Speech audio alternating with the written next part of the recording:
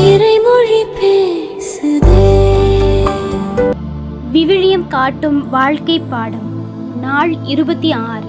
இன்றைய நாளில் லேவியர் நூல் 1 முதல் 5 வரையிலான அதிகாரங்கள் எடுத்துரைக்கும் இறையியல் வாழ்க்கை பாடங்களை பற்றி கற்றுக்கொள்வோம். முதலாவது, நன்றி உணர்வின் வழி. தானிய படையல்கள் அன்றாட வாழ்க்கையின் காணிக்கைகளை கடவுளுக்கு அர்ப்பணிப்பதை குறிக்கிறது. உழைப்பு, உணவு, வாழ்வு இவை அனைத்தும் கடவுளின் கொடை. நன்றி இல்லாத ஆன்மீகம் உயிரற்ற சடங்காக மாறும் என்பதை 2ஆம் அதிகாரம் நமக்கு கற்றுத்தருகிறது.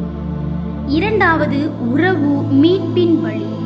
நல்லுறவு வழி கடவுளுடனும் மக்களுடனும் உள்ள உறவை சுட்டிக்காட்டுகிறது.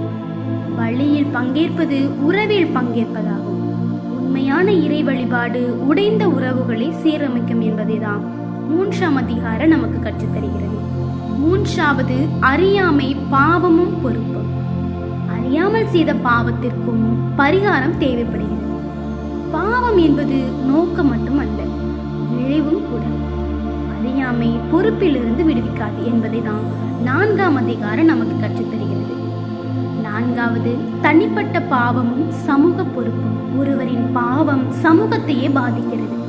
ஒப்புக்கொள்ளுதலும் பரிகாரமும் மீட்பிற்கான பாதை. பாவத்தை மறைப்பதல்ல, ஒப்புக்கொள்வதை வாழ்வை மீட்டெடுக்கும் என்பதை தான் இந்த அதிகாரம் நமக்கு கற்றுத்தருகிறது. இந்த அதிகாரங்கள் அனைத்தும் நமக்கு சொல்லக்கூடிய செய்தி, வழிகள் கடவுளை மாற்றுவதற்காக அல்ல, மனிதனை மாற்றுவதற்காக என்பதை தான் நமக்கு எடுத்து காட்டுகிறது.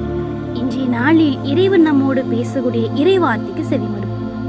என் பாவத்தை உம்மிடம் அறிக்கையிட்டேன், என் தீச்செயலை நான் மறைத்ததில்லை. ஆண்டவரிடம் என் குற்றங்களை ஒப்புக்கொள்வேன் என்று சொன்னேன். நீரும் என் நெறிகேட்டையும் பாவத்தையும் போக்கினேன். திருப்பாடல்கள் அதிகாரம் 32 இறைவார்த்தை 5.